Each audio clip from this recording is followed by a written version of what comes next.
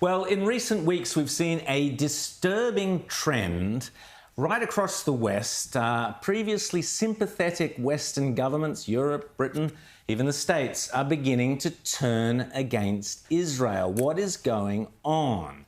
Joining us to discuss this, great thinker, great man. You can see him often on Rita Panahy's show, but he was here in this very studio 6 years ago. Great author, great friend, Douglas Murray. Great to have you back in the Outsiders studio, Great Douglas. to be back. You've been, you're here in Australia. You're appearing tonight at the Enmore Theatre with Josh Zepps. He's another fantastic guy. That'll be absolute must-watch. In uncomfortable conversations, something you've had many of recently.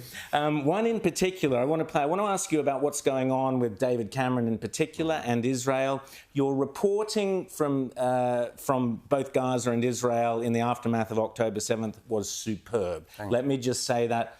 Absolutely ahead of the rest of the world. It was absolutely riveting, and the job you did was absolutely stunning. You were recently in South Africa, so I just want to play a bit of this clip, which was just such great viewing, and you can tell us. So you were arguing about the ethics of, the conflict.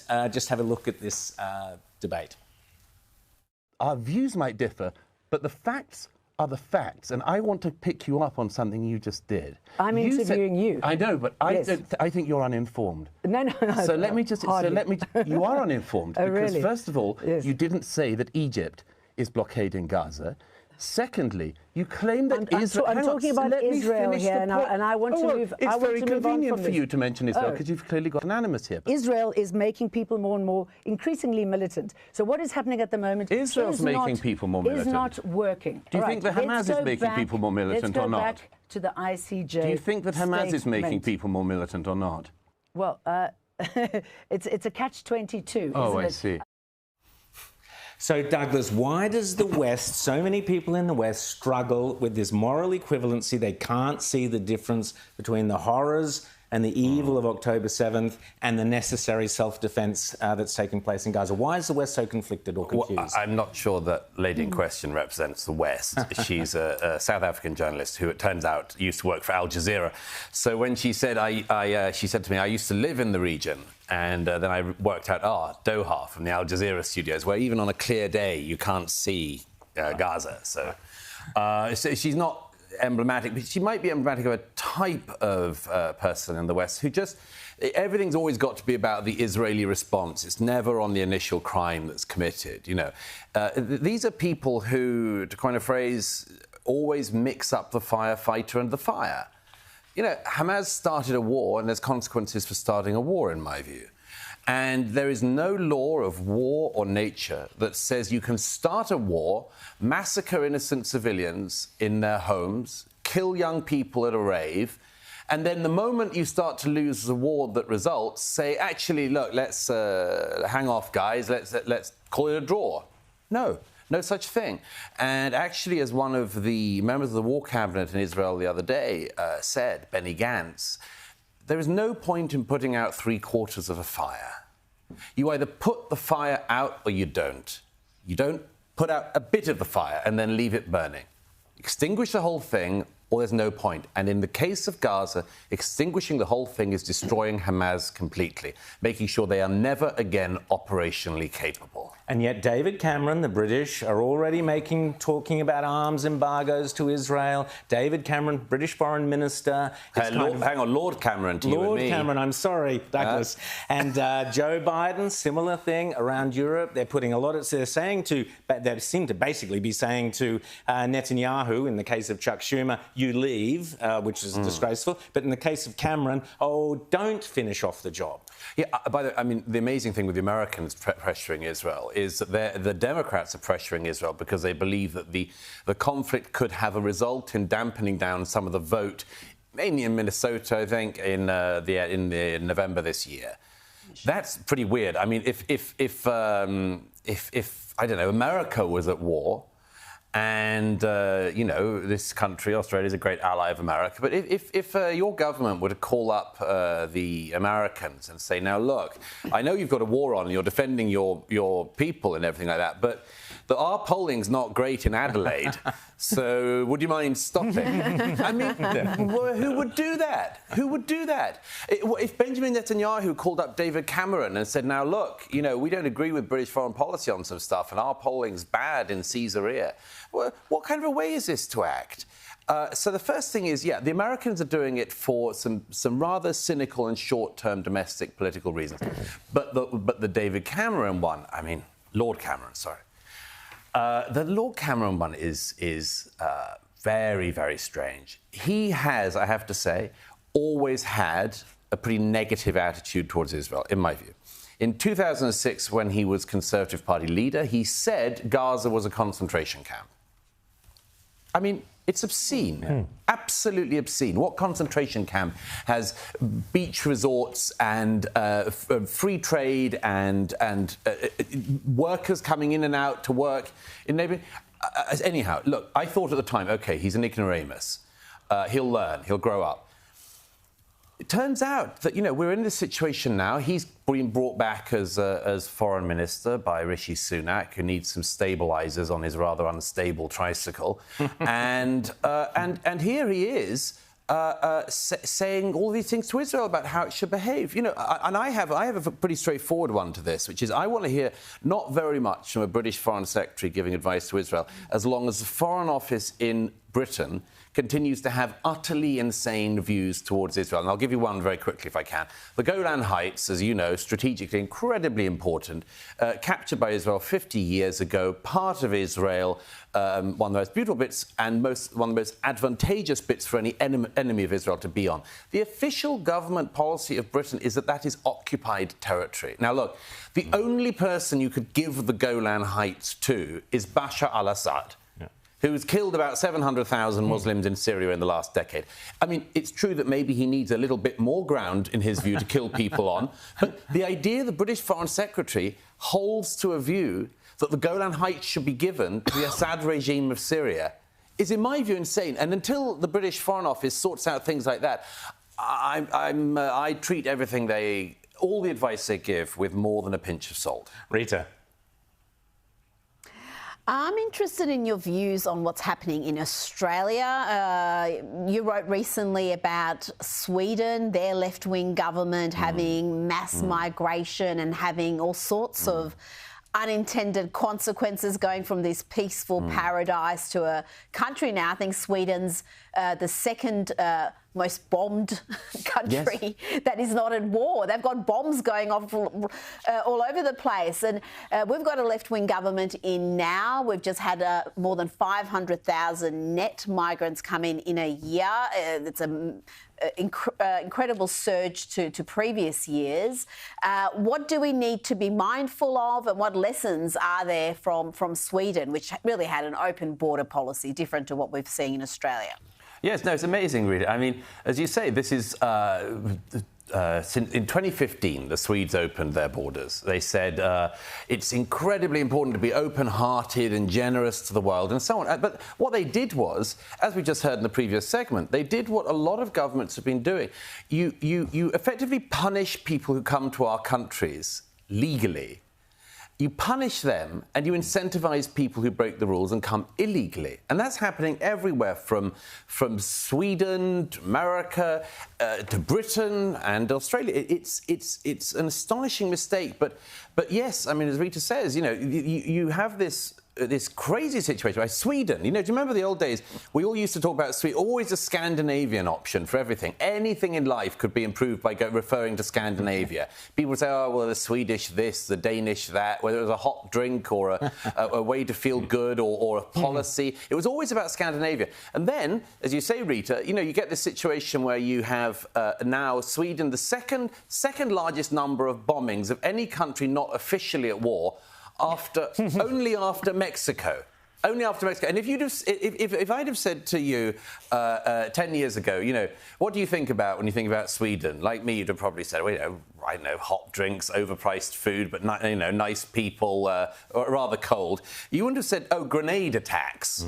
You know, the traditional Swedish grenade attack. Never forget the intrinsic importance to our culture of grenades. But that's the case because they just didn't care about who they let in. And it meant that they were letting in military-aged males who very often lied about their age.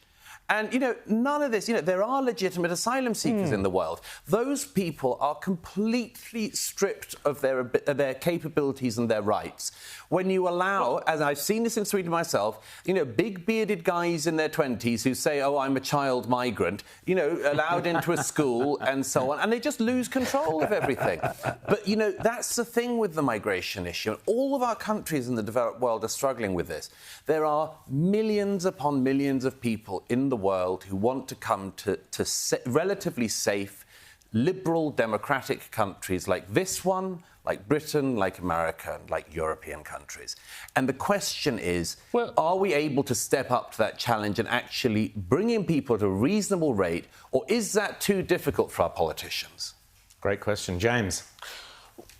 Well, Douglas, I want to pick up on that theme here because it seems like a whole big part of the problem here is that in the West, in countries, whether it's Sweden or Scandinavia or England or America or Australia, there's a real problem now, about talking about the values that we have as either individual nations or as, a broader society. And it's like we've lost any sort of ability. We're now squeamish about talking about that. In Australia, you can only talk about the immigration issue in the context of housing and the economy. If you get out of that zone, it starts to be a third rail. Have we lost the ability? Is it too late for us now to get that back? Because it seems to me where this all goes, Douglas, is that you wind up being so liberal, so tolerant that you import an awful lot of people who don't necessarily come because they want to subscribe to these values, but maybe impose a different set of values. What happens then to the West? Is it too late? How do we get back this solid ground, which I think is ground that's not racist, but it is something that is to be proud of and to be cherished, because once we lose it, we don't get a liberal society back. Well, that's right. I mean, we know, James, don't we? We know the values of this. We know the reason why people come to our countries. There is no movement the other way. I mean, I always say, when the boats were coming to Australia with illegals from other parts of this region, it wasn't like they met boats the other way of Aussies desperately trying to flee the oppressive, conservative or otherwise government in Australia. The movement is always one way. I mean, you don't even get people moving from Britain to France on the boats. It's always France to Britain. People want to move up through Europe. When people cross the Rio Grande, when these Mexican cartels and others take very, very beleaguered people who've given their life savings to horrible, horrible criminal gangs, you don't find a bunch of Texans saying they want to flee to the freedom of Ecuador. Now, my point on that is, therefore, we should have the courage to say, look, at the very least, we must be doing something right. There must be something we're doing right. It's our pronouns, the use of our pronouns. That I know. It's all of that for sure. I forgot I didn't check your pronouns beforehand, James, but I let me guess them. It's a very strange thing, and as you said it before, we've got this situation where you can talk about it in economic terms, you can talk about it in housing terms, but the larger cultural terms are still a third rail. And I'm astonished that after all of these years, we've known the issues of immigration and integration for many years. I'm amazed that we're still in all of our countries at this very, very toddler stage of the debate. It shouldn't be that hard to say, look, if you want to come to Australia, you want to become part of Australia, you've got something to give to this country, and you will give to this country, and you want to be part of it, fantastic. Join the queue and let's see what we can do. But if it's the case that you want to come here and you don't really like the place, or you want to change the place, or you want to change the place back to the sort of place where the place you left from, and maybe some of the reasons why you left, then maybe that's not going to be a workable deal. But I don't think that's so difficult. It's not difficult. It's common sense to you, it's common sense to your fans, it's common sense to most people, but not to our political leaders. And why have we got in Britain, you had the House of Commons the other day actually intimidated, harassed to the point of changing the rules by Islamists. Well, that was an amazing scene.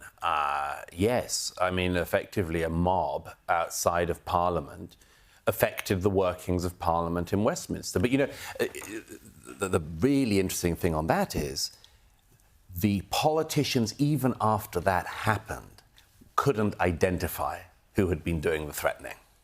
They couldn't identify it. They talk about it, all of our politicians do that. They talk about these amorphous things like, you know, we must stand against hate.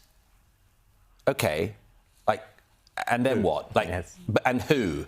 Like, get specific.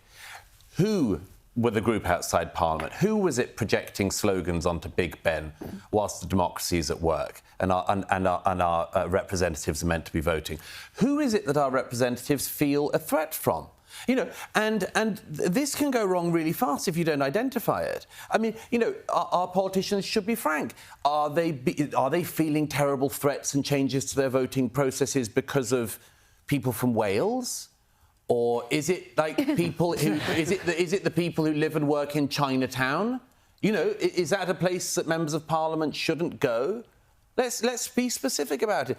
And they cannot be, and even in Britain, and Rita and I have spoken about this before, even in Britain, when another of our MPs was murdered a couple of years ago by a jihadist, even then, his colleagues couldn't identify the ideology that had killed their colleague. They talked about him as if he died of natural causes.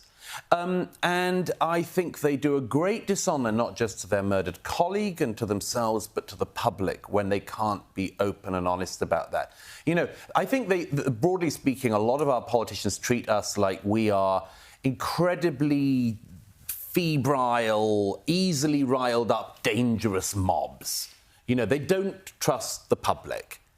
And I mean, I don't know, this is your country. I'm a mere visitor, but it seems to me that the average Australian is a level-headed and decent sort of person. Same thing with the British public, same thing with the American public. We're not deplorables. We're not easily riled, you know, violent gangs. You know, we're the public. And they treat us with this incredible disdain and suspicion and indeed fear. And that's one of the things that causes them to be, you know, sort of timid, don't say anything, can't tell the truth. Never so what do we know do? How do we combat it?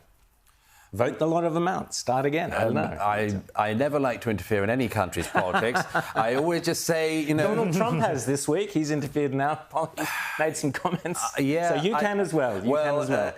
Yeah, there are all sorts of problems with following that precedent. I would say precedent, not president. But look, I always just say, vote wisely and carefully, exactly. Because wow, does it have repercussions. 100%. Douglas Murray, always great to chat to you. This evening you'll be at the Enmore and your tour of Australia. Fantastic, uncomfortable conversations. Absolutely brilliant. Great to see you so again good to here see on you. Outsiders, Douglas.